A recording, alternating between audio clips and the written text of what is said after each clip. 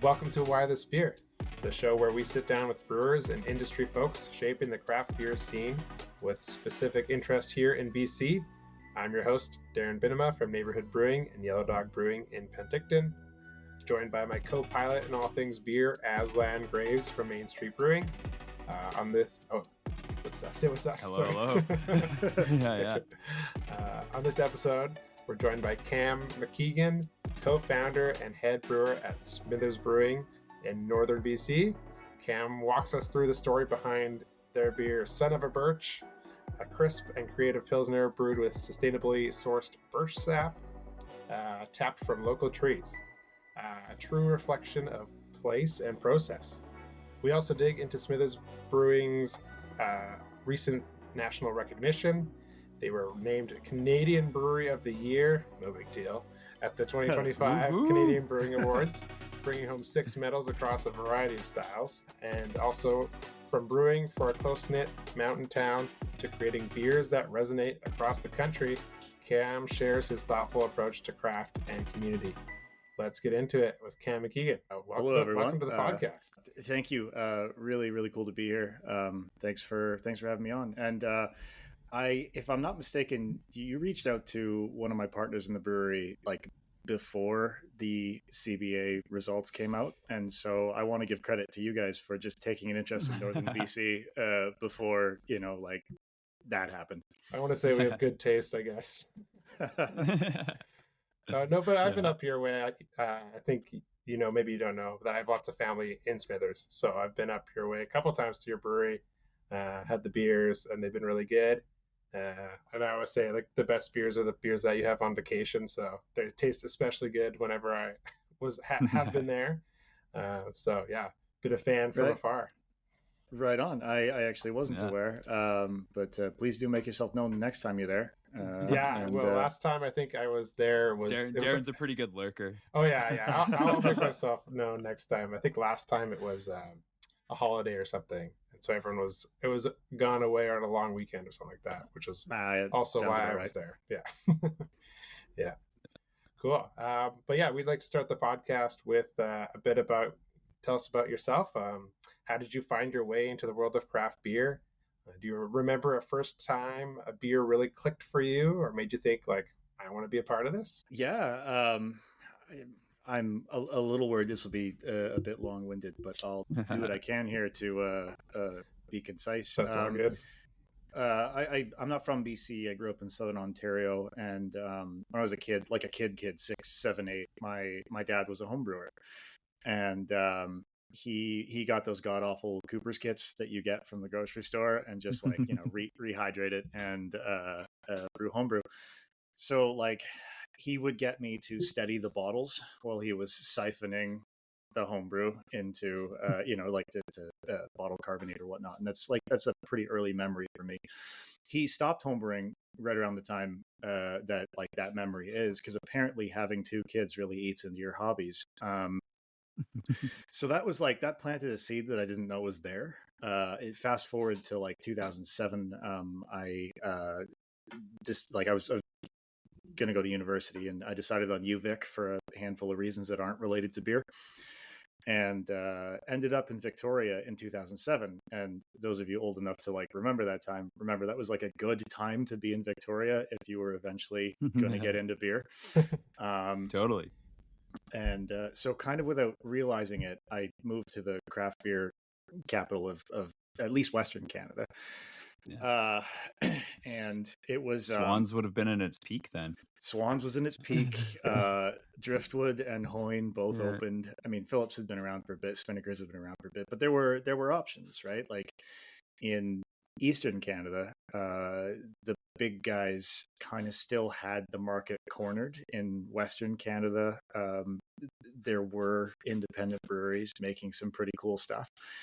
And in first year, second year university, you're not if you decide to drink, you're typically not picking the best stuff on the shelf. I drank a lot of Pacific Pilsner, for example. But at some point, walking through the liquor stores with just this incredible selection of bombers on one side, and then your big cases of domestic on the other, at some point I was like, what are all these bottles about? And I just picked one, and it was Phillips Longboat Double Chocolate Porter. Oh yeah, nice. And like took a swig of that at one point or another, and was like, oh, you mean beer can like also taste good as well as be like party fuel? Like, okay, let's go. And spent the rest of my time in Victoria getting to know beer. I was going to school for something completely unrelated. And fast forward again, I ended up in Vancouver in about 2013. Which again, like this is unrelated to beer, but a pretty good time to be in Vancouver if this is your trajectory, right? Was living in a matchbox apartment in Kits, very, very into craft beer at this point, but still not making it. And living with a roommate, Todd is his name. He and I were both pretty into craft beer. At one point or another, like he and I could both cook. And so we kind of like, how hard is this stuff to make, really? Yeah. Like, we're spending a lot of student loan money on this stuff. Like, how easy is this to make? And so I did a bit of research and went to the Home Depot right on like Cambie and 5th or something like that. And built myself a mash tun, built myself, like all the, I went straight to all grain. I went from like never brewing like a batch of beer to just all grain. Cause I'm like, oh, this is what breweries do. How hard can it be? And like, I threw together a porter recipe, not knowing anything, like the hubris. I think about it now and it's like shameful, but it's just like looked up some specialty malts and I'm like, yeah, those all sound good. Like the first time you cook, and you don't understand how spices work, and you just like empty the spice rack into the dish. I did that with this porter recipe, and what came out the other side was like objectively beer. Like it wasn't sour, it wasn't fusily, like it wasn't all of these flaws, but it was just like, oh, this tastes like everything and nothing at the same time. Like this is really, really, but like a couple of batches in, I was hooked on the process. And quickly decided I was going to school at UBC now to be a school teacher. Both my parents are school teachers, and I figured I'd take up the family business. And quickly I was like, oh no, I might have to shift gears here. And I didn't. I got my teaching degree and ended up at a temporary teaching placement in Prince Rupert, BC, which is, for Vancouver listeners, quite literally the end of the road in the middle of nowhere, a 16-hour drive from Vancouver. And at this point, like I had a handful of homebrew batches under my belt, probably about 50 or 60. And I was like, oh yeah, no, like this is what I want to do, but but teaching is going to pay the bills, and teaching will be the way that I sustain myself until I figure out how to get into this industry. And there's a craft brewery in Prince Rupert. It's called Wheelhouse Brewing. Yeah. Craig. Oh, yeah. Great guy. Great guy. And so like Wheelhouse opened in 2013. I did my temporary teaching placement in early 2015. I brewed my first batch of homebrew in like January 2015. By June 2015, I was doing this like teaching placement. And I walked into Wheelhouse and I had some homebrew with me, and I like put it down on the table. I'm like, hey guys, listen, look, I'm here for like a month. My evenings and weekends are free. Do you guys need any help? I know a little bit about making beer, which is an approach that at the time would have gotten you laughed out of any brewery in Vancouver. But the rules are different up here in the north. And so like they actually tried the beer and were like, yeah, okay, all right. Yeah, we do a volunteer night every Tuesday or whatever. Why don't you come down for volunteer night and we'll see what you can do. And like volunteer night at the time was like they were hand labeling their bottles.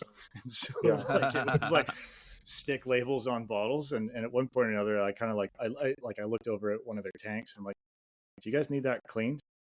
And they're like, what? I'm like, do you guys need that cleaned? And like by the end of that placement there, suffice to say, they had kind of realized I only like sort of knew what I was doing, but much more than like, let's get this guy to stick labels on bottles. And I'd also had fallen in love with Prince Rupert. I really liked Northern BC. I'd been a tree planter here for years. I kind of like knew the ropes and knew that I liked it up here. And they said, hey, we understand you're probably moving up here for a teaching job. Just like understand that if you do that, you have a brewing job as well. which like, you know, I was like, oh wow, this like t-shirt to brewer pipeline just accelerated. And so I did exactly that. I told like my parents and everybody who was worried about my financial future that I was going to Prince Rupert for a teaching job, but I was in fact going there for that brewing job. And so Wheelhouse gave me my start. They, you know, like they were brewing on like a 3.5 heck, 3-vessel kind of like direct fire system. Like if you are a home brewer, you know, like I walked right in and I'm like, I don't have to learn a damn thing about this, right? Just bigger, yeah. Just bigger. Yeah. That was like my start at Powell Brewery. It's just, homebrew system on steroids. Yes. Yeah. And so they gave me my start. While I was there, they did upgrade to like a 17 heck spec mech like system that there was a big learning curve for all of us there. But they gave me my start. And pretty quickly, like it became obvious that like I'm quite happy brewing beer, but I would love it to be my beer. I was like aggressively home brewing on the side. I moved to Prince Rupert in kind of like August 2015. By the time it came for me to move to Smithers in April 2018, I had 300 batches of homebrew under my belt. It was not a hobby. It was like an obsession, and the only reason there wasn't an intervention is like A, I wasn't drinking at all, and B, I found a way to tie it to my income. So like nobody stopped me. I used to throw parties at my place in Prince Rupert where I was just like, I am out of bottles. And I have more beer coming down the pipes, and so I need you all to empty these bottles so I can refill them. So you make friends. Man, like nobody ever argues with a guy with like infinity beer.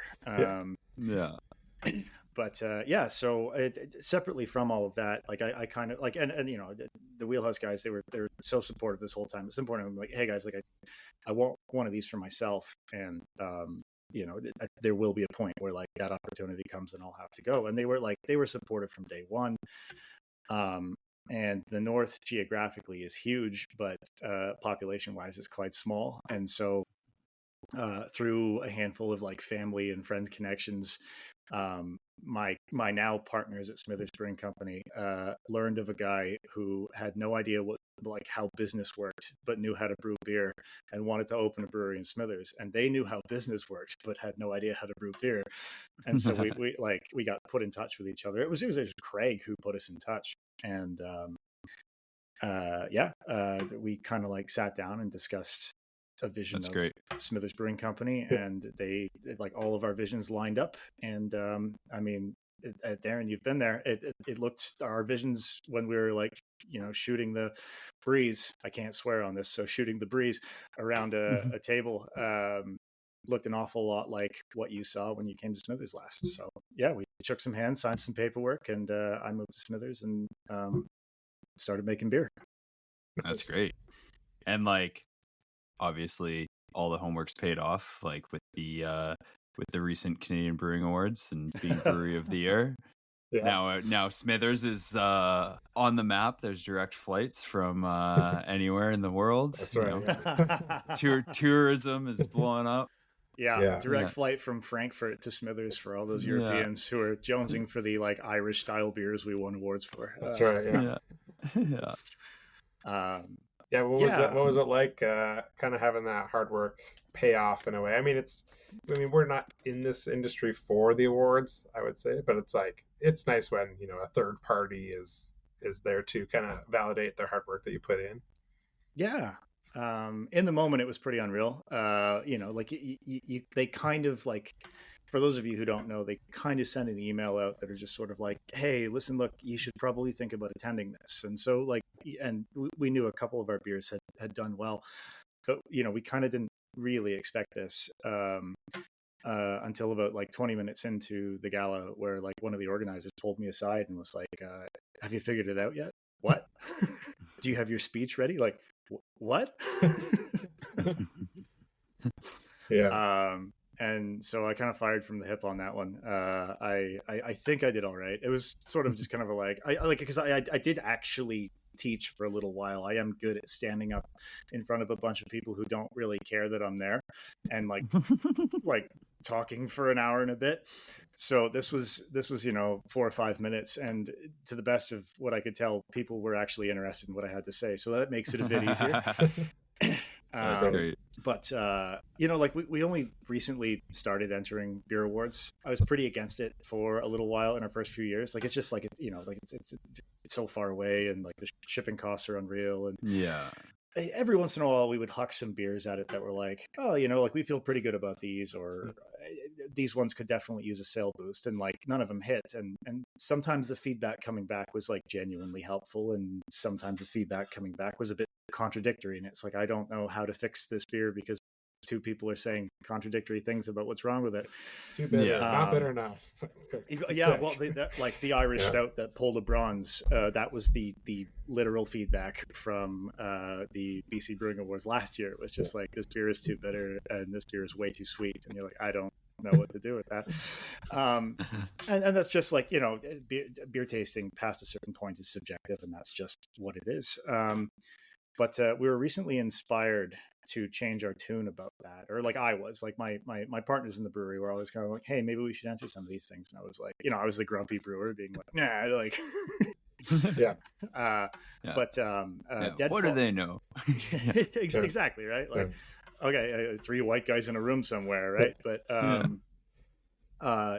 my very good friend at Deadfall Brewing in Prince George, his name is Brandon, and he's making phenomenal beer. He's making truly excellent beer, and he wasn't as ornery about entering beer awards as I was, and he started like winning a few, and his sales started correlating with that. Like they won the Canada Beer Cup in 2023. Yeah, I was gonna say they got the inaugural beer cup, I think, or the inaugural Canada Beer Cup. I think Callister won the first one. Right? Oh yeah, you're right. Yeah. And with their brown ale, with their American brown ale, their basil brown ale. Yeah. And then like they did fairly well at these last CBAs, and they've picked up a couple of CBAs, and they've picked up a BC, and it was just sort of like, and their sales have reflected that, and it was just sort of like, oh, okay, this is more than just kind of like my own hubris and my own like ego. This is like, I don't sell the beer, I just make it. My partners are the ones who sell the beer, and it's like, if I start entering these things and a couple of them hit, like maybe I'm making their lives easier by doing it. And so then all of a sudden, it like the few hours that I've got to put into entering these things, it seems pretty trivial to maybe like months of their lives being easier, right? And so totally, we threw a few more beers than we tend to at last year's Canada Beer Cup and the BCBAs, and we didn't catch a BCBA, but we pulled like a silver and a bronze from the Canada Beer Cup last year, and was like, okay, like that's encouraging, right? Like it's encouraging. Maybe I do know a little bit about what I'm doing, and so this this season of CBAs, I was just like, everything we've got, just throw it all, see what happens. And like was not expecting this at all, but it's it sure is something. I mean, can't win if you don't play, right? Absolutely. But I mean, also you're clearly doing the work and making sure that your like packaging is good, so it actually translates, like what you're tasting off the bright tank is translating to what they're getting on the judging table, and it's like showing. Yeah, and like once we got back to the brewery, it was just kind of like, oh, like business as usual, like get right back to doing what we normally do. But I've honestly paid a lot more attention to the feedback I got from the beers that didn't hit. I like if you look at what we got, it was our sour beers, and it was our like darker maltier beers, right? But darker maltier ales specifically. So like I threw a handful of lagers in, and they didn't pull anything, and I threw a handful of hoppy beers in, and they didn't pull anything. And so like the feedback for those beers are like what I'm really focusing on is how can I make those things better, especially because like in this world right now, lagers and hoppy beers are kind of like that's what you want to be known for, right? Like nobody really pays attention to like winning a bronze for an Irish stout, right? Like people are like, who's IPA won, who's American lager won, who's hoppy pilsner won, right? Like those like really crowded categories are like very highly sought after for a reason, right? Yeah, absolutely. So like still tons and tons of room to improve, tons and tons of room to grow. And that was more like my personal takeaway. And like separately from that is like, it's that old saying is twice is a coincidence, three times is a pattern. And so like we did okay at the CBC last year. We obviously did quite well at the CBAs this year, but like right now that's just coincidence, right? Now sort of the pressure, like I am feeling some pressure to like pull something from this year's either CBC or CBA or British Columbia Brewing Awards, just because like, you know, it was it a fluke? Did the judges use a complimentary toothpaste in the morning before they tried the beers? Like, who knows, right?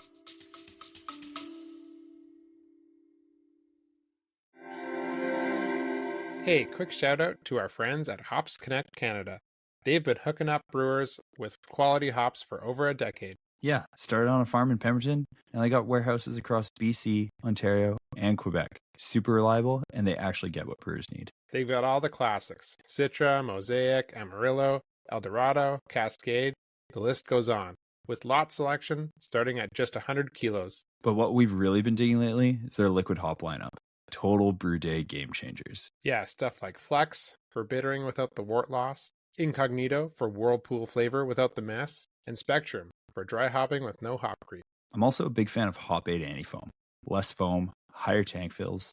That's a win. And if you're chasing that haze, Hop Haze keeps it locked in for up to 12 months. No flavor impact, just stable haze. They've even got a brewing calculator on their site to show you just how much time and margin you can save. Super handy when you're dialing things in. So yeah, if you're brewing in Canada, check out Hops Connect. Solid people, solid hops. Hops Connect Canada, your partner in craft. Yeah, I'm always curious to see how a beer will do and how it does in the category too. Like sometimes I've changed beers, like put it in this category that I think, you know, that's what it says on the label. It's this category, but you just move it, nudge it into another category that's like similar or adjacent. Sometimes that's been beneficial too. It's like, hey, sometimes you got to figure out how it's going to do in competition, like put it in a few competitions, see how it performs, and then like, oh, it'll be like the third time in this other category. You're like, oh, this is where it should have been the whole time. Our fun thing to figure out. One of our mainstays is a Northwest style pale ale that would have been like truly cutting edge in British Columbia in 2005. Yeah. Like it's got C40 in it, right? Yeah. And put it in ESB. Yeah. It's got too many C hops. It's a little too fruity, and there's like a bit of mash hopping in there too. So like you do get some pretty like fruity notes out of it, and not the fruity kind that you would expect from an English beer.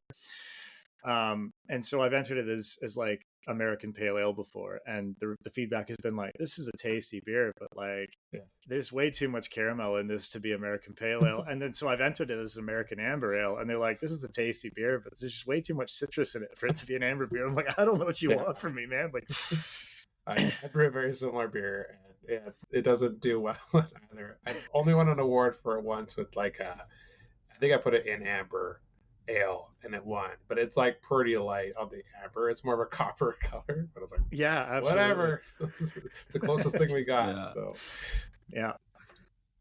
I mean, yeah. Well, is this year the Sierra Nevada Pale Ale got gold for ESB? That's right. Yeah. At World Beer Cup. At World Beer Cup, they got a gold for ESB, which is kind of nuts, especially since it's like in the style guidelines as an example for an American pale ale, I think. Pale ale. 100%. I mean, but I'm not gonna yeah. Old Jalopy at Powell was like very much that as well. It's like dry hopped with Cascade and has C40, and at least did when I was there. Yeah. And it was like, yep, ESB. Yeah. Yeah, that's where it works. Pull out a word like English pale ale or something like that, I think. Yeah. Yeah. Interesting. All right, I'll take that. I'll take that to heart, because you know the award season is coming up. So who knows if you see our pale ale in the English beer category, you'll know what's up. We get to hold the trophy. Man, I'll mail it to you at this point. Like. Well, let's get into the beer that we want to talk about, which is Son of a Birch. The can says Birch Water Pilsner. And as far as I know, it's the only beer that I've had that's made with birch saps. Maybe you can talk about that and kind of like how the beer is made, what is birch sap, and all those fun things. Yeah, I mean, as far as I'm able to research in the English speaking world, unfortunately, I'm one of those plebs who only speaks English, so I can't really go on the internet and find other languages easily looking for the specific one. But as far as I'm able to tell, this is the only commercially brewed beer using birch sap instead of water. So people in Smithers are awesome, and they're very, very keen to like bring whatever it is that they do in Smithers to the brewery and ask like, hey, is there any way that you could incorporate this, or is there any way we could collab on whatever? And so one of our good friends came to the brewery one time with like a 5-gallon like big camping jug of birch sap, which is just like you tap a tree, much like you would tap a maple tree, and you extract the sap. And it like they call it birch water because unlike maple sap, it's got a much lower sugar content. And so it does drink mostly like water. There's a little something there, but it would taste more like weird tap water, weird in a good way, but like then you wouldn't ever guess that it was tree blood. And he came in and he just was like, hey man, like the birch trees are running, could you put this in a beer? And I was like, oh, okay, cool. Like I've actually never had birch sap before. I've had birch syrup, but I've never had birch sap. And so we pulled some pints out of it, tasted it, and it was just like, I don't know, man. Like this doesn't have much flavor to it. This doesn't have a lot of sweetness to it. It's kind of like water. And then you could see the like ding light bulb. And I was just, let me take a pH on this real quick. And it was that particular pH was like 6.9 or something like that. Like it was pretty close to neutral. And and then I was like, I have no idea what the mineral content is, and I don't have a mass spectrometer handy. So I was like, I don't think I could put this in a beer, but I think I might be able to use this as like the brewing liquor for a beer. And we've the Smithers Brewing Company, we've got two systems. We've got a 10-barrel system which I can like push to about 14 hex, and then we've got like a 1-barrel pilot system. And I was like, can you get me 150 liters of this? And it's a question that I often ask people, like when they bring in like their raspberries from their raspberry bush in their garden. It's like, can you put this in a beer? And I'm like, the minimum I need for a pilot batch is like 30 pounds. Can you get me 30 pounds? And most of them are like, no. And that's where it ends. But he's like, oh yeah, I'll be back in 2 days. And he came back with 150 liters of birch water. And so I had some Environment Pilsner kicking around the brewery, and I always have Saz hops around because so I threw together a bastardized version of a Czech Pils. I used 3470 because that's our house lager yeast. What came out the other side definitely wasn't a Bow Pils, but it was tasty, right? It was really, really cool. And great. So like from there, like it was a pilot batch. We got 2 kegs out of it. It took 6 weeks to make. We sold out of it in 2 days. Because we kind of hyped this on social media and stuff. And like Smithers is a tiny town of 6,000 people, and like it's just like unbelievably supportive. And so like anytime we do something like kind of cool like this, they're just like, oh yeah, like we'll just come here and drink you dry. It's no problem. Yeah. It also helps. Hey, you got to come down. It's my beer on tap. I made the birch water. Yeah, 100%. Yeah, the person, like the family that like provided us with the birch sap is also like really well known and really well liked in town, and so like it didn't take much, right? Yeah. It outsold like our best selling beer is our Last Cast Lager. It's a Munich Helles. It's it does what it needs to do, but this one like outsold Last Cast like 10-1 that weekend. It was insane, and so pretty quickly we're like, okay, yep, we need to make more of this. But the thing with this beer is like this is kind of like a fresh hop beer in that it is truly a seasonal beer. There is a very small window where you can actually make this thing, and once that window closes, you're hooped. Like you can't make it again till the next year. Birch sap goes bad even if it's kept at like fridge temperatures. Birch sap goes off in like 4 days. Whoa, dang. The only way to preserve it long term is to freeze it, but in the quantities that we're talking about, then we'd have like we eventually, the spoiler alert, we eventually figured out a way to get enough to brew a full like 14 hect batch. So we're talking about like almost 2,000 liters of frozen birch sap, which is, you can't use that. Connections being what they are in the north, we decided to upscale this. We reached out to a friend of ours, Jim Allen, who's got a huge piece of property up in the Kispiox Valley, which is about a 45-minute drive from Smithers. And he's conservatively got 300 birch trees on the property. And so we reached out to him. We're like, hey, mind if we use your trees a little bit this spring? And he was all for it. And not only that, but like Jimmy ended up doing like the lion's share of the work. Like we went up there and like brought some of those big, EBC totes and 5-gallon pails and hoses and taps, and like we tapped all of these trees.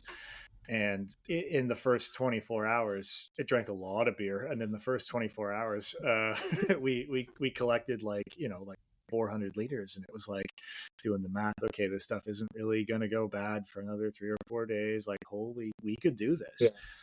But we also have to go back and run a brewery. And Jim is like, he's a farmhand. There isn't like a manly thing that he can't do. And he just like looks at us and he's like, yeah, don't worry about it, fellas. Like, just I'll text you when I'm bringing them into town. And, true to his word, he got us like 1,800 liters of this stuff within 4 days. And we emptied our HLT, we filled it up with birch sap, we got it up to temperature, and then like in you go. And we brewed it like the first batch of it, we brewed it without a single drop of water. Like, I brought the, how you bring your HLT up higher than your strike temperature and then you temper it with water. Like, I didn't do that. I was, I'm not adding a drop of water to this thing. So like brought my HLT up to strike temperature plus a degree or two, because it gets lost in the transfer, and just like mashed in like that. I didn't decoct it because that just, that goes through liquid, and we had pretty limited liquid. So, but otherwise, yeah. And we've been doing that ever since the yield changes year over year. We were harvesting one year and, we got a cold snap and the trees stopped running, and we went from 1,800 liters to like, I think it was like 1,400 liters. And we had to adjust, on my side, I had to adjust all the grain and the hops.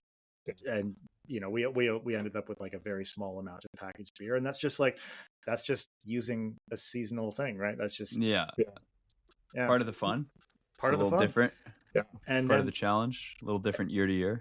It's a little different year to year, and it is the most abundant ingredient in the beer. And so the beer is different every year. Like I send our beer away to Raft Labs for analysis, and I don't usually go like deep into the weeds with our beers. Like I don't get, like ionic composition and stuff done, but I was like, hit me with this one. Like I've sent a couple of rounds of Son of a Birch, and it's just like, it varies drastically. There's one year where like the manganese levels were like 80 or 90 parts per million. And you're like, oh, you're not supposed to put that much manganese in a beer. Whoopsie. That's great. Trees are working hard. Yeah. The trees. Yeah. It's just like, it really, like, what was the composition of the snowpack? And it like melted. And that's like, you got to get it right after the melt, right? There is a 2, maybe 3 week window when you can harvest this stuff. And it just depends on the weather. It depends on the snowpack. It depends on so many factors that you just can't possibly control. But thankfully, the story seems to be cool enough where even if the people are like, this is different from last year, you can be like, yeah. Like that's the point. Yeah. And I mean, that's a lot of the fun. Like wine does such a good job of, embracing that seasonal fluctuality, and the consumer really understands that. Yeah, it's good that you're able to tell that story. 100%. It's like it's by no means the best beer that we make. It's just like objective quality of beer goes. I mean, this year it didn't even really completely drop clear. This is the first year that's been a problem. But it's probably the coolest beer we make. Like as far as like story and for sure. Yeah.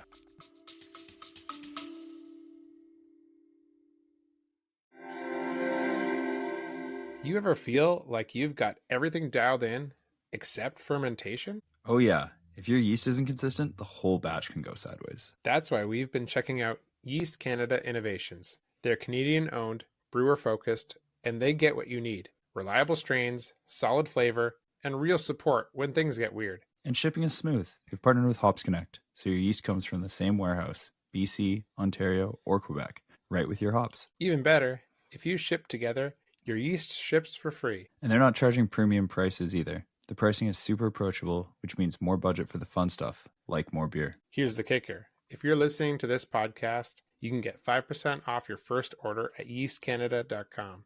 Just hit up their team for the code. Yeast Canada Innovations. Let's elevate your craft. Well, it's a great beer. It's very and I don't know, maybe I don't get like a ton of like birchy flavor. Like it's not like a toothpick beer or something. Like if you someone's at home, they're like trying to picture or something, what it tastes like. It's definitely leaning more Pilsner first, which is great. Like it's not too intense or anything like that. It's always kind of risky. That was the whole like kind of motivation behind brewing a Pilsner with it is, right? Yeah. It's just like, especially a Czech Pils, like Czech Pils, everybody talks about, oh, it's the Pilsen water. It's the, and this is not Pilsen water, right? Again, like I sent this away to like, to laboratories. What came back was like, oh yeah, no, this isn't, there's a lot of ppms of a lot of different things that probably don't happen in Pilsen, but but it was like water is a really important ingredient in a Bohemian Pilsner. And I'm changing out the water for something that is, chemically speaking, most of it is water, but like, storytelling speaking is not water. And it's like, I want to brew a beer that's famous for the water, because like that's like the chief ingredient that makes this beer cool is the liquid that we're using. Yeah. Cool. Really nails it. It's great. You've brewed with some other pretty unique ingredients. I know when I was there, you had like an Earl Grey kind of style beer on, and Haskap berries I've seen online. Is there anything that's like really surprised you or worked well, or maybe something that didn't work well? I don't know. I'm here for the story, good or bad. The war stories, eh? I mean, you hit on two of my favorites right away. I've always been jealous of Southern brewers, specifically Okanagan brewers, Darren, that just have access to like unbelievable amounts of fresh fruit, like locally grown fresh fruit. There aren't too many orchards and wine barrels. Well, I mean, you can at least like take a wine barrel from place to place, and we've aged some beer in some Okanagan beers, but getting 300 pounds of fresh Okanagan peaches up here is hard to do. But Haskaps are really cool. For those of you listening who aren't familiar, think of them like sort of like an oblong blueberry. But they've got they have blueberry flavors, but they've also got some tartness that you get from like wild picked blackberries, not grocery store blackberries. And then like they've also got some like weird huckleberry. Like they're a very, very cool berry, and they grow very well up here. And so I like using them in all sorts of things. Like we did a milkshake IPA with Haskaps in it. We got a particularly berry forward lot of Mosaic. Like we're not big enough to get lot selection, and so the Mosaic we get is the Mosaic we get. And one year it was like, you cut open a bag and you're like, oh, this smells like a blackberry smoothie, right? And so it was like, well, I don't have blackberries up here, but I have Haskaps, so we brewed a milkshake IPA with it.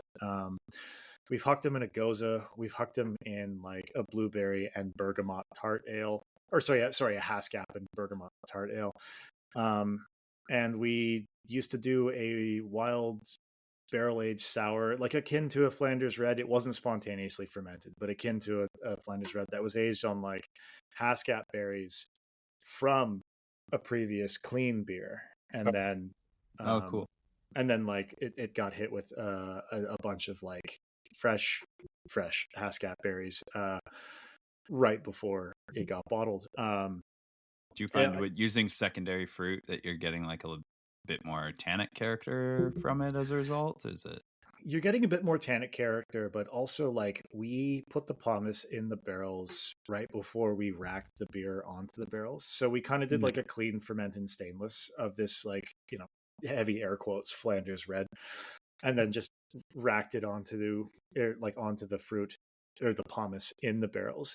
And so it was there the entire time that the lactic bacteria and the Brett were having a way at it, which like really it like by the time we tasted it, it didn't have a ton of fruit character left, but like whatever character it had, like whatever character those berries provided, it just gave something for the bacteria and the Brett to chew on a little bit more. Yeah. So it really provided some like kind of like really, really rounded depth. And then, in order to make it taste like berries, we did hit it with kind of a late addition of berries when it was just before packaging. Obviously enough time to let it ferment out, but cool ingredient. Can't say enough good things about it. I also love bergamot. My kind of philosophy, even when I was a home brewer, but also now, is like first and foremost, learn how to brew the beer, right? There's no point brewing like a banana, chocolate, mango, cinnamon red ale if you don't know how to brew a red ale. Yes. But learn how to brew the beer. And then like, if you encounter a flavor combination in the wild, it was just, like if I encountered the flavor combination in the wild, I was like, can I beer this? Yeah, totally. And so I really like London Fogs, for example. So I used like first off, dark mild, probably in my top 3 styles of beer ever. Like you put a good dark mild in front of me, and it's just a whole day's gone, and I haven't even thought about it. And so I was trying to get good at brewing dark milds, and I think like as a home brewer, once I oversparged it, and it came out a little bit tannic, and it came out tannic, like not even necessarily in an unpleasant way, but in a way where it kind of tasted a little bit like I had added black tea to it. Yeah. And then immediately it was like, wheels were spinning. Why don't I add black tea to it? Why don't I add Earl Grey tea and some vanilla to this and try and make this more English? Yeah. Well, exactly, right? So yeah, that was one. Recently did a salted bergamot pale ale on our pilot system. I actually got my hands on some dried bergamot fruit. Oh, cool! Like the whole fruit, not just the. Yeah, it was really, really cool. And I made an alcohol infusion with it so I could dose it properly. Brewed a very, very basic pale ale, Amarillo hops, a little bit of salt, and then hit it with this bergamot extract that I had made. It was not a rip-off of Four Winds Velo, but it turned out really, really nice. It's its own thing. Yeah. I also I speak cocktail pretty fluently. I have, you can't see any of them from this, but probably got like 70 or 80 different bottles of spirits and vermouths and liqueurs in the house. And getting into cocktails has really kind of upped my brewing game. The cool thing about cocktails is like you can come across flavor combinations that took you like 3 minutes to put together. Right. You don't have to wait 3 or 4 weeks to figure out that you did it wrong. The quick mixology thing. Yeah. Until you get into barrel aged cocktails. Until you get into barrel aged. Thankfully I'm not there. But like I am making my own syrups, I'm making my own bitters, I'm making my own liqueurs. And so like that also gets into infusion techniques and that sort of stuff. So till recently I was a pretty big chicken with like spices, because you can overdo spices in beer so quickly and so easily, and there's just like no backing up from that. But like doing that on a small scale in my kitchen with like infusions has taught me kind of how you do that and dose it into a beer. I was a bit of a purist for a long time about like no, if I say the thing is in the beer, I have to put the thing in the beer. I'm not using extracts, I'm not using this. And I've kind of compromised a little bit. There's a couple of our beers that now just God, I hate to say this, especially with a trade war going on with the United States, but like I have like taken the Amaretti Kool-Aid with a couple of the beers. But with all the other ones, like if I'm using extracts, I'm making those extracts. You know what I mean? I'm infusing things in high proof alcohol and dosing them inappropriately until I get the flavor, and that has like really taken the boogeyman out of using spice in beer, which has opened up a whole handful of quarters. Yeah, it's funny to think like it's becoming more and more a common thing, and like, 10 years ago it was like, man, James at Storm is doing these crazy things where he just like has these weird jars of neutral grain spirit and whatever spices and pours them into Pilsner. Yeah. Yeah, and it's like, what a maniac, who would ever do that? And it was just like, oh wait a minute, like I accidentally figured my own way to get there. James is just way ahead of us. I think the hard thing too about spices is that sometimes you have to add them like on the hot side, which I'm always like scared of. Like adding them hot side, they need to be like cooked, some of them, to get like real good flavor extraction. And I'm always like worried I'm going to overdo it or underdo it, and you just can't, like, once it's done, it's done. Like you can't add it back later. So that's always been like my worry too. Is like I don't want to make a whipped beer with like way too much coriander flavor, but then also like not enough, and you're just like scouring, like texting brewers like how much. That's usually I'll text Azlan, how much coriander do you put, or I don't know. The last thing I texted you was something like that about beer. Like, do you do this? Yeah. And just I found like don't trust the internet. Always trust a person, because the internet has like, use this many pounds per gallon, and it totally varies. It's probably my most common thing I Google is like a fruit or a spice. Yeah. Followed by Milk the Funk wiki. Oh yeah. Yeah. And then like they have that like fruit and spice beer page on the wiki with the table and a dosage rate. And then I'll like go from there and then do it with the math I have and be like, is this right or is this wrong? Yeah. And then cross-reference with like 2 other peers. Yeah. I mean, quick shout out to Monk. Sorry, I didn't mean to swear there. That's just honestly getting tongue tied. I do normally swear a blue streak, and so like this is a lot of work for me. But it's very well spoken. Quick shout out to Milk the Funk wiki for being one of the first people on the internet to acknowledge THP, like to acknowledge that, like, hey, this is a thing that can happen to not just Brett sours. Like, it was pretty widely established it happens to like wild sours, but like kettle sours too. That was the first page that I found where I'm just like, oh good, I'm not losing my mind, because it tastes like I added a whole box of Cheerios to every pint of this beer. What the hell's happening here? But once your eyes are open to that off flavor, though, it ruins a lot of beer for you. I will say it ruins a lot of beer for you. Yeah. There's still every now and again that I'm like, you know what, is a little bit of THP at a certain threshold okay? I always settle on no, but like there's part of me that like I'm tasting a beer and I'm like, man, there's THP on this. I'm like, but maybe it's not so bad. It's kind of a little bit more malty, and I'm like, I'm just like gaslighting myself into like not just like hating this beer. I just did that to my sister. We were back in Ontario, and we went through a whole bunch of breweries when we're in Ontario, because when I'm back there, like the Ontario brewing scene is phenomenal now, and it's just like I'm playing catch up. And we were at a brewery, and like again, like all their beers are phenomenal, but we came across a sour with THP in it, and I pointed that out to my sister, who she never worked in beer, but she did work in wine. She was like she worked in production in wine, and she also worked in sales in wine. So like her palate's excellent. She speaks a lot of beer as well as wine.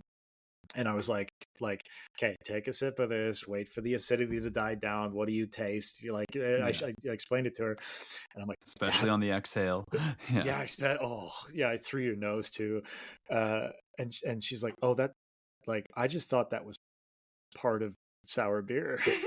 And I was like, it's not, and I've ruined a lot of beers for you. Like, Cheerios or sometimes like nacho or like corn chips is like another way to describe it too. So it depends on how bad it is, I think. So, I wanted to ask you, so Smithers is a small town in northern BC. Smithers Brewing feels deeply connected to the community. How has the town shaped the identity of the brewery, from the beer you make to the atmosphere you're trying to create there? Great question. Love that question. Because I really like Smithers. as I said, I first came through Smithers as a tree planter, well before I ever entertained like living in northern BC. And at the time, like my first time in Smithers and getting to know it a little bit as a, like a scumbag 21-year-old tree planter, if somebody had been like, hey, one day you're going to live here and you're also going to make alcohol for a living, like my answer at that point would have been like, yeah, that tracks. But yeah, no, like you almost can't exist in Smithers without being closely tied to the community. It's like it's 6,000 people. So they're like a very like I hadn't lived in a small town until I lived in Prince Rupert, which is double the size of Smithers, and then I moved to Smithers. Yeah, just kind of everybody knows everybody, and while in some cases it is irritating, like there is no such thing as a 5-minute grocery store run. You're gonna run into 3 people you know.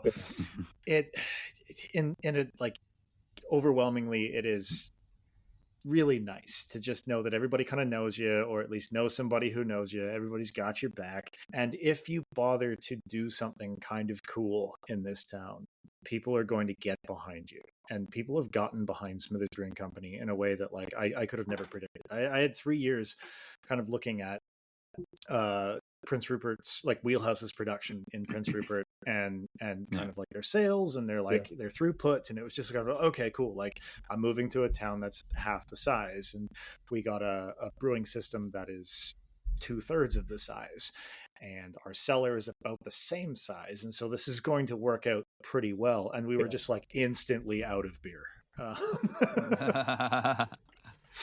and we were like instantly out of beer a lot in those first few years, and like and for 6.5 years it was just me making the beer. We eventually expanded our cellar to a point where we our throughput is almost 2,500 hex a year, and it was just me making the beer. Wow. Hired an assistant last fall. His name is Matt. He actually used to work for Moon Underwater, which is another bar that I got to know in Victoria. And he's been such a great addition. It's been so good having him. But for a big chunk of the time, like I was the production guy. Like, and you can only get mad at yourself for not cleaning that thing. Only get mad at yourself. Yeah. If something is misplaced, it's like, oh, I gotta blame this guy. But yeah, the town has been behind us the whole way. And not just in like, they will come in and buy our beer and be pretty stoked on it. It's just like people almost like hand collaborations to us, like all of us at Smithers Brewing Company have dogs, and they all see the same vet.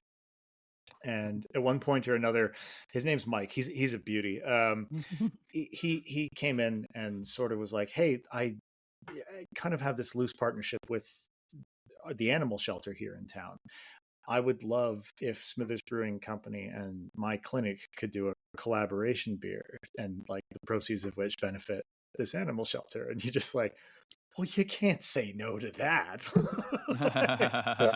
You look after my dog when she's not feeling well. So like, yeah, like, and that just like PR, that's a home run. And so, we brewed a Vienna lager for it. I had this Vienna lager in my back pocket for years and years and years, and this was a great excuse to do it. And just like the community's gotten behind it, it's been unbelievable. I got 100 stories like that. We just actually packaged the second run of an India Session lager that we brewed for the Smithers Backcountry, or for the Bulkley Valley Backcountry Ski Society, to replace an old backcountry ski cabin, which is just like a trailer with a roof built over it. And they want to build a proper cabin up there. And so that, I'm friends with a handful of people who are involved with that. And they approached me at one point or another, and they're like, do you think you could make like a light, easy drinking après ski beer? And I had brewed a cream ale earlier that year, and I was just like, what if this cream ale was dry hopped and like, and like actual lager yeast in it instead of USO5. And it was a very easy step to make this beer. Like there's friends I'm not from Smithers, but a couple of my partners actually grew up here, and so like friends of theirs from high school now run an apiary, like they're Oh, bee sweet. farmers. And they Sweet. approached us early on, and they're like, "Do you think you could ever like work some honey into your beer?" And right away I was like, "I'm just going to build a beer around your honey." Yeah. Like, you know, Yeah, just that's great.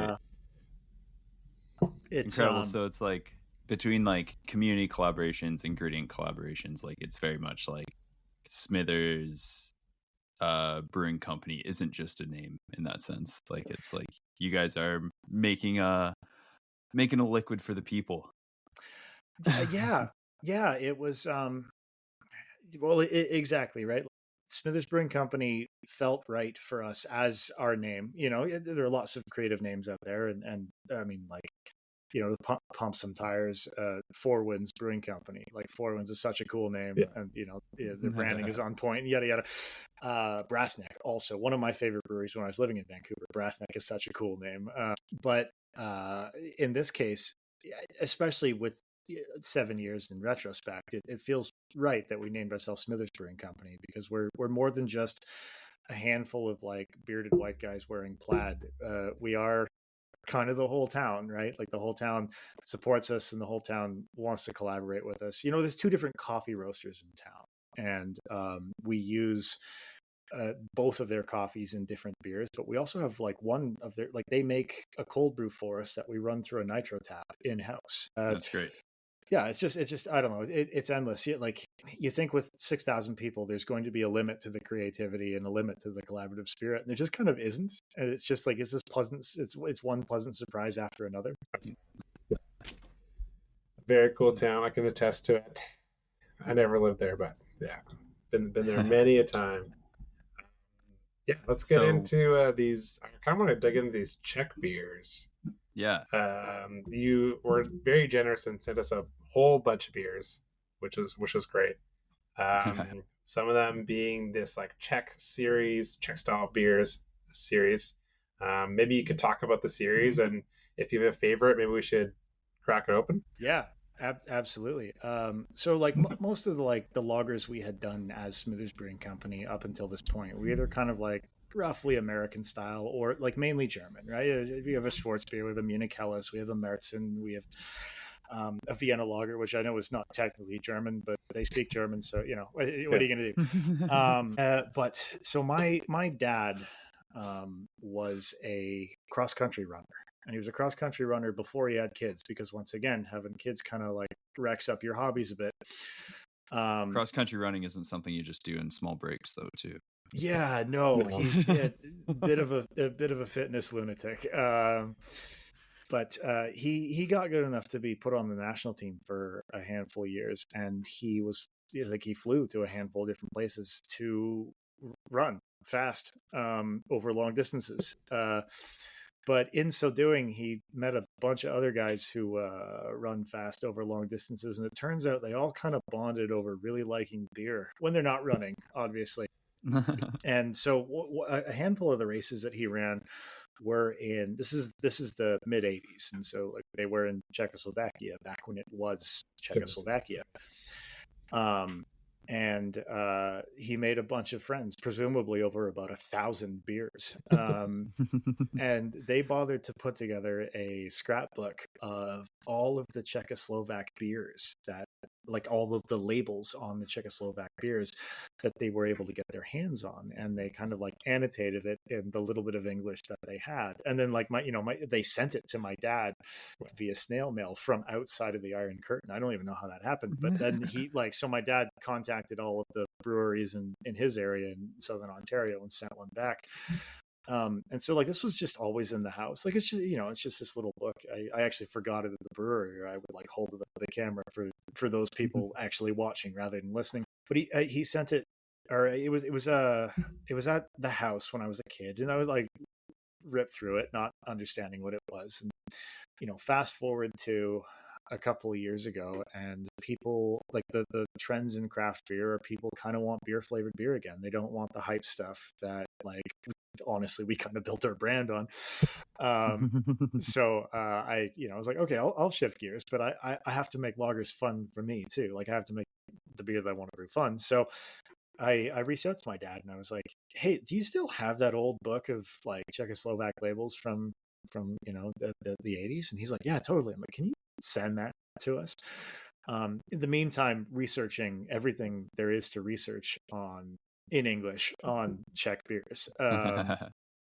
Because I full disclosure here, my undergraduate is in European military history, specifically the rise of authoritarianism in Europe in the 20th century. So like I have opinions on a lot of stuff that isn't fit for this podcast, but separately from that, I accidentally learned a lot about like what shaped kind of the beer culture in Europe, because it, like what shaped the culture in Europe.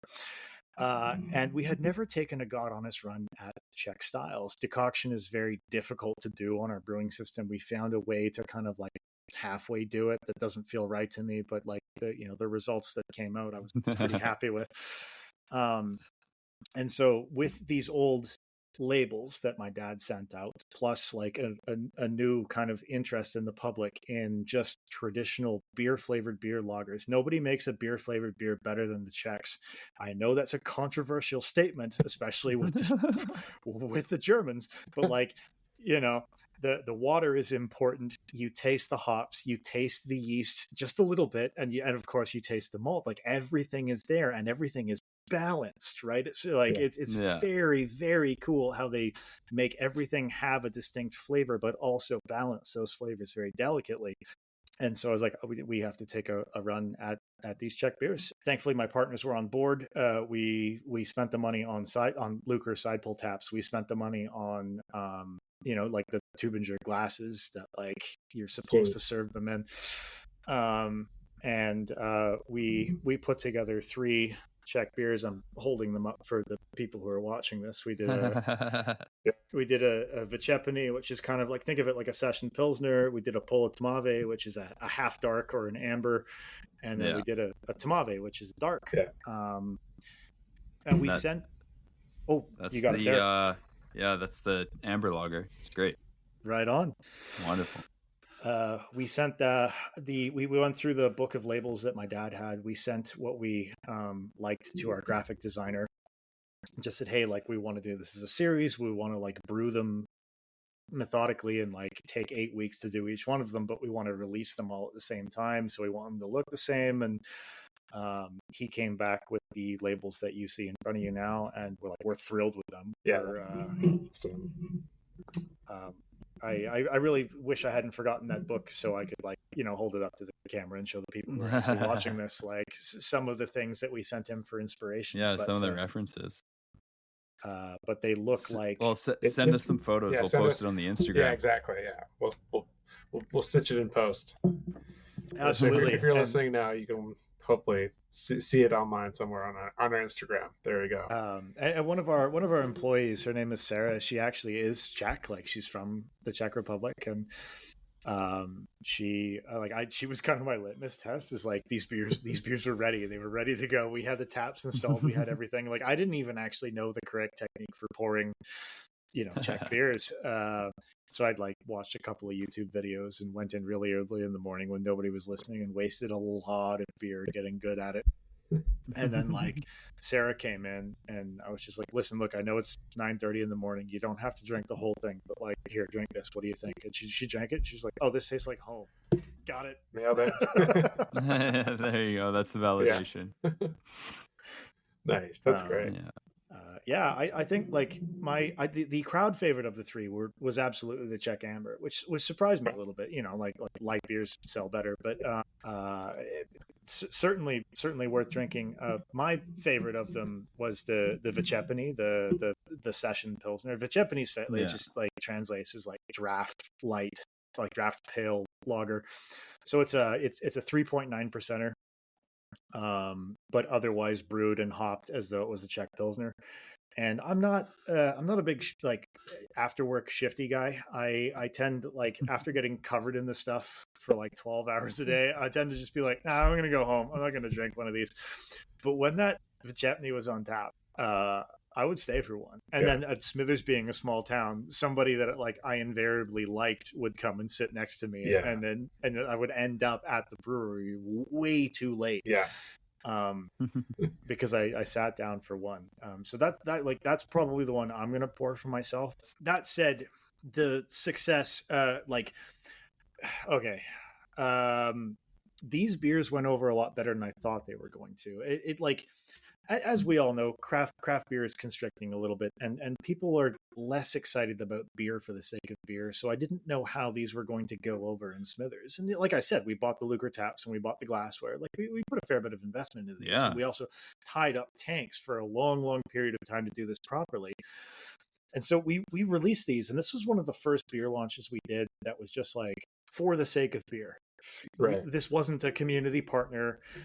This wasn't a really like weird thing that we did that like came with a beer.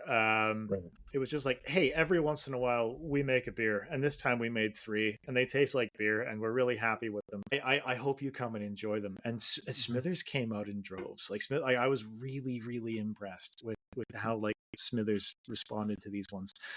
And so we're going to have to brew them again, and I am going to have to replace those pumps a lot more. But so are you doing the same decoction process for all 3? Same, yes, roughly the same decoction process for all 3. So like, and I think I might even alter it in this next round of them, because what came out this side I'm very happy with, but I think, classic tinker, I think we could improve upon it. So it was honestly like again, bastardized version. Pull some of the first runnings out, and then just like boil them for a little bit, and then infuse them back in, and then like do that a couple of times. So you're not actually boiling the grain with the wort and getting those like true protein sugar Maillard reactions that you're the Czechs have truly gotten.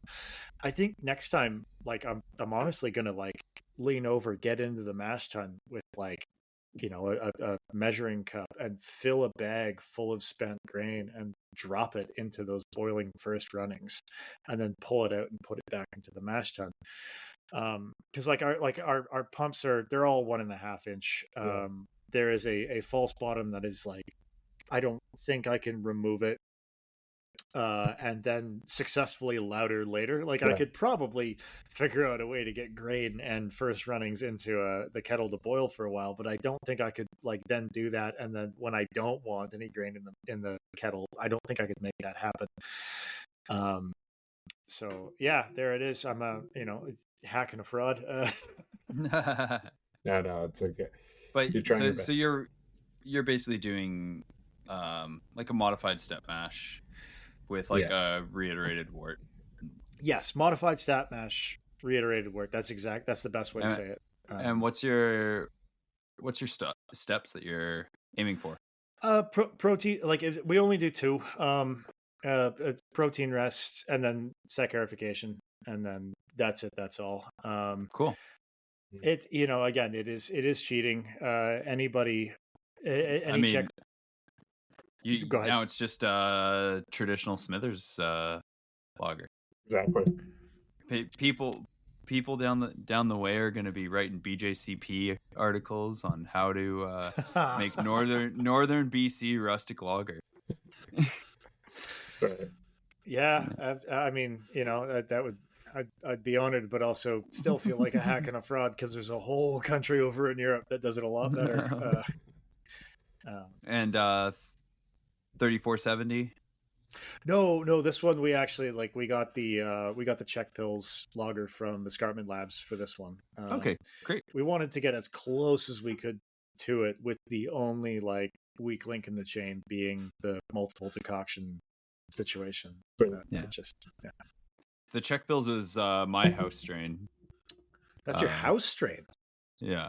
And I believe it's the Budvar yeast, I think, is the origin.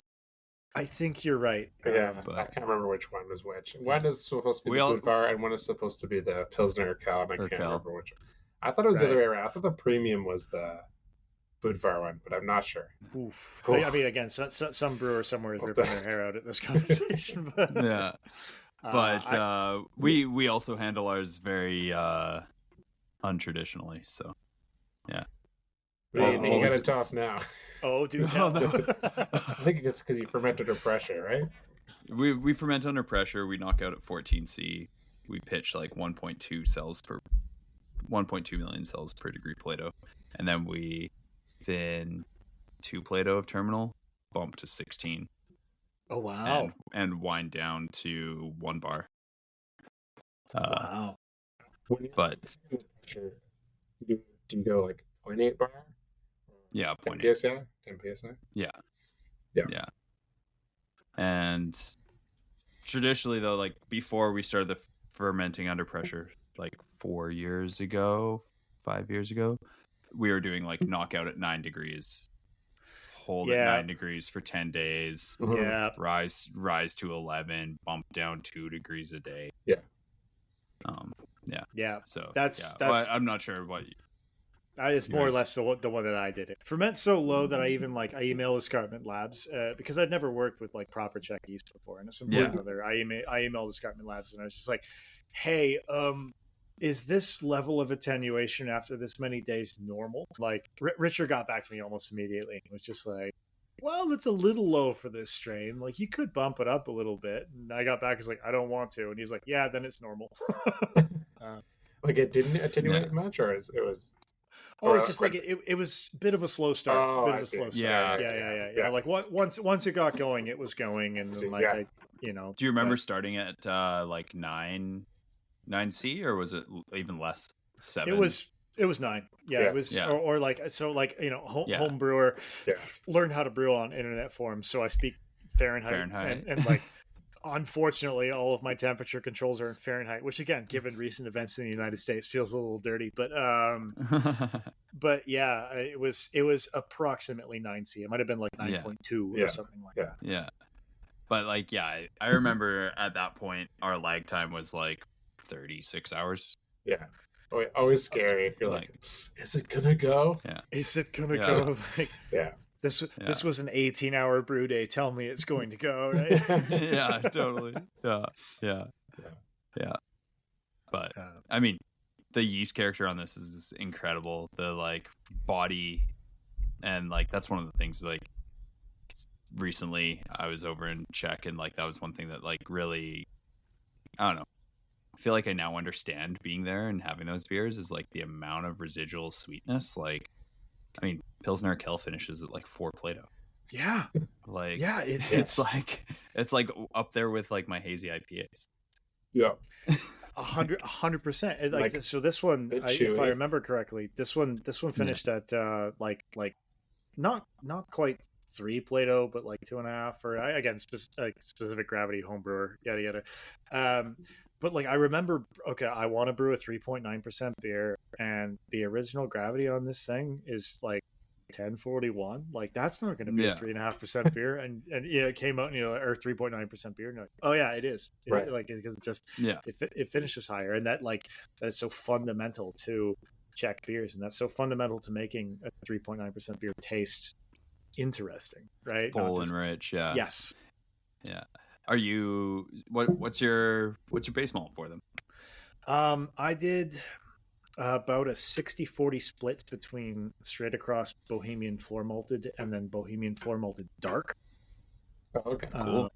And like so I think 60-40, or maybe like I'd have to check the brew sheets, which is your classic brewer cop out for not knowing on the spot. But about 60-40 regular floor malted, and then floor malted dark, and then like just a touch of melanoidin, just because I wasn't certain that the pseudo decoction thing was going to work. And that's it. That's the grist. That's awesome. Yeah. Sweet. Looking at the bigger picture here, what excites you most about the Canadian brewing scene right now?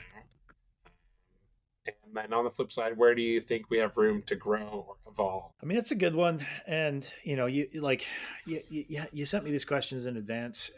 So I had some time to like think about it, and like, forgive me if I go a little long winded here, but there's a lot here. The first one is that like, it's truly become a Canadian brewing scene. For years and years, BC was kind of the mecca of all things craft beer, like excepting Quebec, who have been quietly brewing excellent Belgian styles for like decades. Yeah. But like, if you wanted to to know things, if you wanted to really experience craft beer and all it could offer you, you kind of had to be on the West Coast. And like, you know, as I said earlier, that was something I learned by accident. Like I learned without knowing that I was learning it. But as craft beer spread, you know, you would get these little islands of great beer in certain places, right? Like Southern Ontario, just because of the population density, eventually, like, you know, they had some prohibitive laws with distribution and that sort of thing, but like they got past those, and then Southern Ontario became an island of great beer, and then like you know, Halifax sprung up, and like the major cities in the prairies started to spring up, but like only recently, at least to me, and maybe like I live in the middle of nowhere, so I might not have my finger on the right pulse here, but like at least to me, in the last like 4 or 5 years, it's felt that it's like really become a truly Canadian brewing scene where you can kind of go most places in Canada, and most of them are going to have a handful of really, really great breweries. I've been like me personally, I've been particularly impressed with Alberta in the last like decade. They had some pretty prohibitive laws that was like, unless you can produce some ungodly amount of beer that like Smithers Brewing Company hasn't even like met yet, you can't open a craft brewery. And those they nixed those a little while ago, and since then, like their craft beer scene has exploded, and there's some really, really good beer coming out of Alberta. I've had the privilege of like meeting a bunch of the Alberta brewers in the last couple of conferences and brewing awards or whatever, and they're just like, they're so friendly. Like it's just, you know, like as somebody from Ontario, there's in the group of friends, you kind of almost hope there's one Albertan, because everybody in BC just piles on that Albertan, and you as an Ontario person who is like, you know, sometimes taking some flack, you can be like, yeah, those Albertans are really bad. But you know, you meet the people making beer in Alberta, and they're just like they're excellent people, and they're also making excellent beer. And so like that's one thing that like I truly think the Canadian brewing scene is becoming like truly the Canadian brewing scene, and not just the like Victoria, Vancouver, Halifax, Toronto, Quebec City, Montreal brewing scene. You know, like it really I mean, I even think I think a couple of territories hold some Canadian Brewing Awards this year. You know what I mean? Like it's just we're really coming together, and I think that's even like separate from the whole Elbows Up thing. We're just like we are maturing into our own truly national brewing scene, and I think that's really, really cool. Yeah, for sure. Yeah, and it's growing that way too. Whereas like the big cities grew quickly, you know, in the early years of the craft brewing, you know, evolution, and now like the smaller towns like Smithers and Prince Rupert are getting breweries, and it's not like they're just getting breweries for the sake of breweries. They're making really good beer at the same time. Like just because you're the only shop in town, like you could kind of, or like if you were one brewery in a small town, you could kind of like skate by. But like there's like people are really making good beer in a lot of small towns. It's cool. It's cool to see. 100%. Yeah. And like that's the other thing is like, yeah, in the like the heyday of craft beer, you could open a brewery and like maybe not make the best beer, but people were pretty jazzed just have a brewery near them. And that phase of craft beer is kind of over, and those who are left are doing a really, really good job. Or like, you know, like I don't know, there's a lot to unpack there, and I don't know like if this is the place to get into it. But you know, the other thing that I really like about the Canadian brewing scene is that we're not tied to kind of centuries long tradition. I love that we tend not to be regionalist about our beers. You know what I mean? Like if you go to Belgium, they'll tell you that the Czechs and the Germans make boring beer. If you go to Czechs, they'll say that the German beer is a flagrant ripoff that just doesn't quite do the job. And then if you go to Germany, the Germans, they can't even agree on a national scale what the best beer is. People in Dortmund think that everything else is garbage if it's not a Dortmunder. People in Cologne are like, Kolsch is the only beer that has ever existed ever. And we kind of like we're not beholden to that, but we do have access to that. So like Canadian brewers, like we can take god honest runs at traditional styles that have been around for, I mean, if we're talking Belgian styles, they've been around for centuries. If we're talking, you know, like continental lagers have been around for a century and a half now, and we can do them in the way, like, our science has progressed enough where like all these things are repeatable and we can do them in the ways that like the Europeans intended. But also we can be like, well, what if we added passion fruit to one of them, right? Like, Exactly. Yeah. Yeah. Do our own version. so we're not regional. We're not. I really like that about us, is that we're just kind of like, this is a Belgian style this, and this is a German style this, and this is a like West Coast style this is, and this is an East Coast style this, and nobody gets their back up about it. It's just, you go into any brewery that's worth a damn, and you go through their tap list, and you can kind of go around the world in one sitting, which is not something that you can easily do if you go to the places where a lot of these beers originated. Yeah, take a trip without leaving the brew house. 100%. And then like I'd be remiss to say, like, I really like that craft beer is truly making an effort to be more inclusive in Canada. You know, like, it's just, for a long time it was bearded white guys in plaid making beer, and that wasn't necessarily because it was a closed industry where nobody else was welcome, but it was just sort of like the kind of privileges that we have being who we are made it easier for us to like get into this sort of thing. And that has changed over the last little while. It's not perfect yet. It's still like, there's still a lot of work to be done. But I think most of the people in this industry kind of realize that there's a lot of work to be done and are willing to do the work. Like the Pink Boots program is amazing, and like most breweries consider themselves safe spaces for like for just anybody, right? And I think that's really cool. I think it's really cool that like, a handful of people who have gotten together, and like the goal is to take a bunch of things and turn them into a much cooler thing. And that's it. That's all have also been like, like anybody can do that. So totally. Yeah. Social lubricant, but for the good. But for the good. Yeah. I hope it's for the good. I really do. For those new to craft beer, just starting in the industry, do you got any like words to, like, if somebody wants to break into the industry? Yeah. How do you? I mean, I think the industry has changed since guys like us have gotten into it. Do you volunteer Tuesday? I was like, wow, I should do volunteer Tuesdays. Yeah, so volunteer to like fold flats. Fold flats. Got plenty of kegs to wash. Yeah.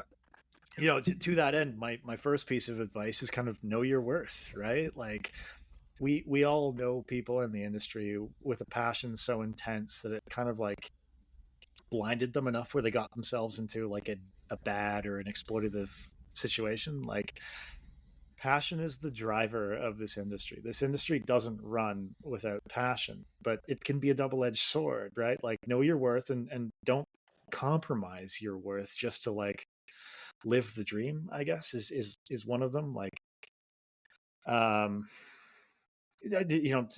also understand that tying your passion to a job is a process. It's something that you have to like mentally sit down and work with. A passion is great because you can pursue it at your own discretion, right? Yeah.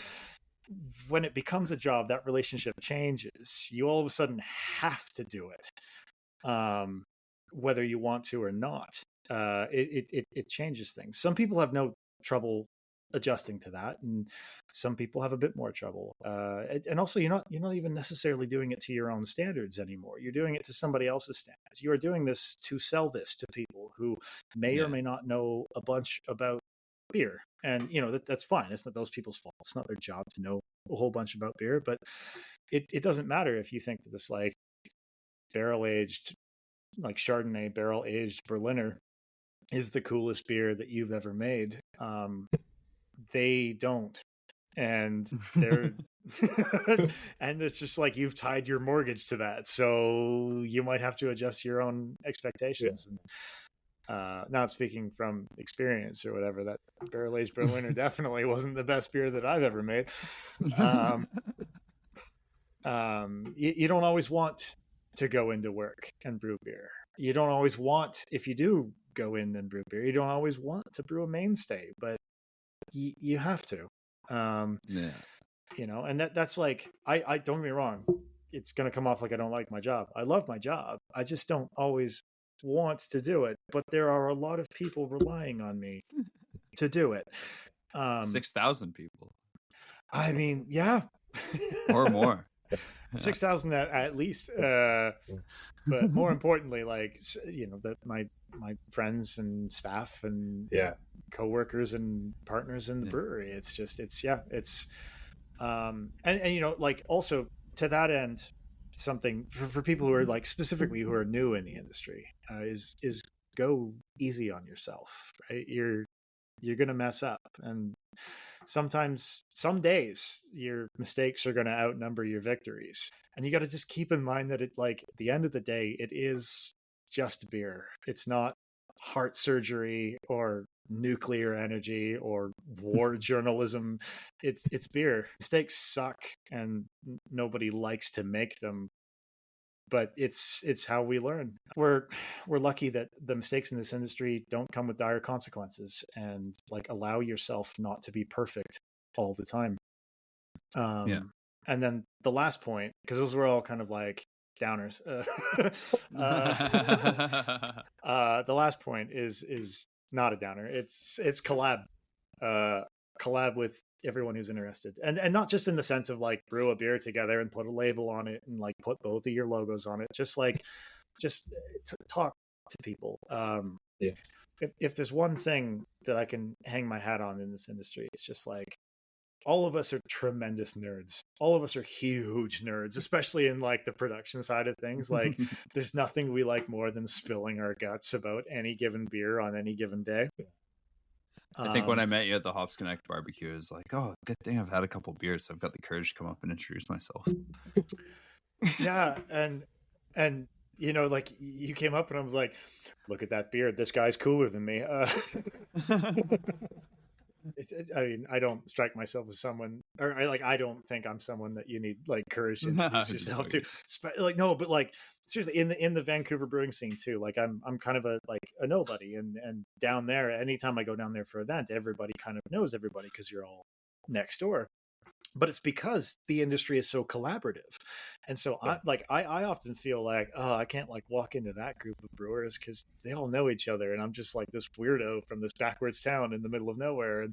And every time, eventually, I walk into that group of people, and every time I just, you know, I prove myself wrong, because everybody's so friendly and so collaborative, and like, there are so many right ways to make beer. You know, there's no one right way to make beer. There are so many different ways to skin this particular cat. There are a handful of like definitely objectively wrong ways, but like, everybody has like come to their own method of making beer. And working with people, like, you're going to pick up little tips and tricks that you would have never thought of yourself. And those things have been so valuable to me. Like, the couple of times I've been able to really collab with other breweries and get to know other brewers, it's just, you know, like little things that you wouldn't even think of. And separately from that, you know, you get to share some of your own.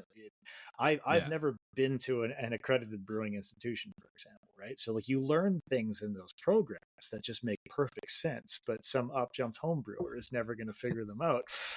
And so they're like, work together. Don't gatekeep.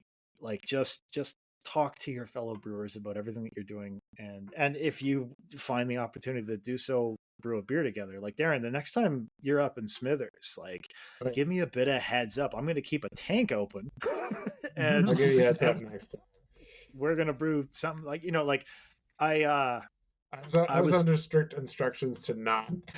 So if you are partnered with a brewer, you'll know this trick is like, oh, actually, you know, beside this cafe and this vintage store, you know, there's actually a brewery around the corner here. Mind if I just pop in here? But my wife is very wise to my tricks, and so yeah, I was trying to keep it, but I will keep it on the low key. But definitely, I'll let you know next time I'm coming up. Please do. Yeah. You know, like, to that end, like, you know, we don't really know each other all that well. And, Azlan, as you said, we met very briefly and not super sober at, at the Hops Connect barbecue. But I would love to pick your brain about that Czech Republic trip. I've been to the Czech Republic, but it was before I brewed beer. Drank a lot of it. Don't understand, didn't understand it then. You can teach me a whole lot about how to make, these Czech beers better. And like Darren, when I was down at Festival this year, I worked my way through all of the neighborhood taps. It took me a while to do it, and I'm not even necessarily proud of it, but I worked my way through all of them, and every one of them was a banger. Like that, appreciate it. Thank you. I'm a notoriously disloyal beer drinker. Like, I'm just going to try everything on tap, even if I obviously have a favorite, because it's just like, no, I want to try everything on tap.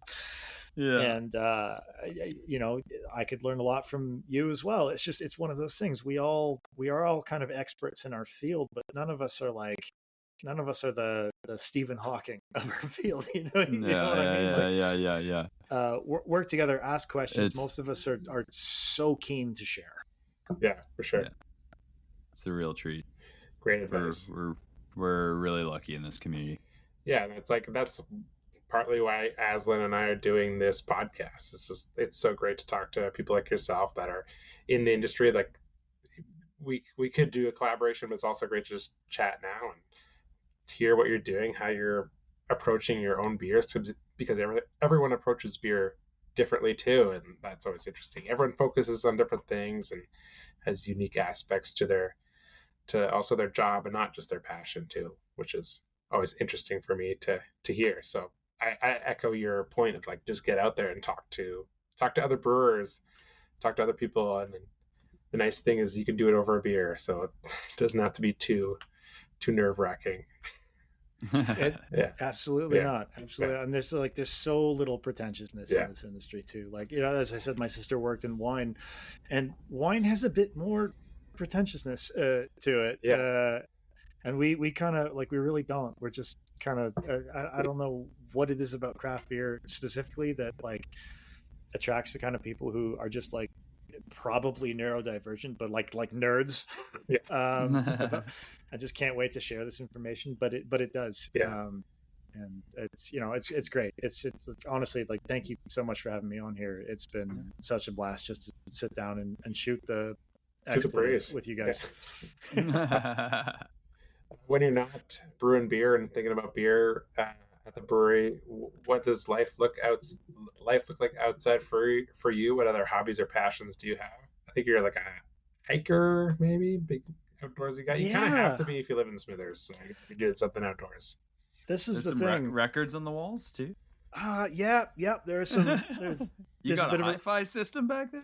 I do know a couple of things about making records sound good.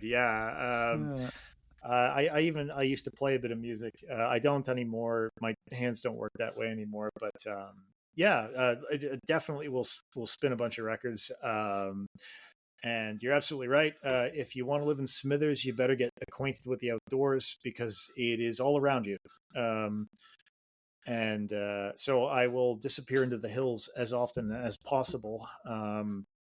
But the other thing that I used to do before the brewery opened, and it's something that I've only just recently gotten back into, having hired an assistant brewer who is, very competent and very capable of being me for a month, is international travel.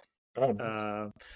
Did a fair bit of that before the brewery opened, and then just didn't for 6.5 years. But recently, just went to Vietnam. I have a flight booked at the end of this October to go to Nepal. Seeing the Himalayas, being in the Himalayas, has been on my bucket list since I was about 20. And I don't think it's going to get easier to travel as as the world goes the way that it seems to be going. So I want to get this off the list. But getting into the mountains, either here or on the other side of the world, listening to music, and just sometimes it's honestly nice just to sit down with some of your friends on the fun side of the brewery. This town being what it is, if people want to go have a nice social time with a couple of drinks, they're going to Smithers Brewing Company. It's just sort of, hey, do you want to meet at your place of work for a couple of pints? And you're like, I can't suggest any alternative. Let's go. Yeah. So sometimes it is just drinking my own beer and trying my best not to think too hard about it. That's perfect. Yeah. Nice. Well, I appreciate you taking the time for this podcast and joining us and being prepared and everything like that. Thanks everyone for listening to this episode. If you want to support the podcast, you can tell all your friends about it. We're on Instagram at Why This Beer, where we post when the next episode is coming out. And if you want to support Cam and the beer they're making in Smithers, where can they get the beer, Cam? Oof. You kind of have to come to Northern BC. We supply the corridor between Prince George and Prince Rupert. We will send beer to Haida-Gwaii. We'll send beer up into the Peace sometimes. And every once in a while, when we have what my partners like to consider extra beer, we will ship down to the Okanagan. So, like, we've attended the Festival for the last few years. We've attended Kelowna Beer Fest. This year was our first year. We had a blast. We'd love to come back. And with those trips down, we supply as many liquor stores as will have us. But like, our beer in the Okanagan is pretty rare. So unless you are willing to make a decent drive from the Lower Mainland, it's pretty hard to find our stuff. I hope we have some listeners outside the Vancouver area too. Maybe some up your way, and Prince George, I know there's a burgeoning beer scene there as well, so they can check their local liquor store. But if you haven't been to Smithers as well, my plug is to go check it out. It's great for skiing in the winter, nice mountain and not too busy compared to like the local or the Vancouver ski hills. Is that Shames? It can be. So the mountain that you can see from the brewery patio is called Hudson Bay Mountain, but Shames is a mere 2-hour drive away, which for us Northerners is not very far at all. And Shames being coastal, it often gets better snow than Hudson Bay Mountain. So there are people who will forego our own mountain to drive to Shames to ski there. Oh, I should say too, if we're doing a capitalism, we do have an online store. We will ship to anywhere in BC. So if anybody is keen to get our beer, you can go to smithersbrewing.com and our online store. I don't personally deal with it, so I don't want to make a promise that my partners have to keep, but surely somebody at the brewery will send you some beer. If you want beer, they'll get it to you. Yeah. Great. Well, thanks for listening, everyone. If you want to support Azlan and I, you can buy the beer that we make, Neighborhood Brewing Beer, Yellow Dog Brewing Beer, and Aslan's Main Street Brewing Beer.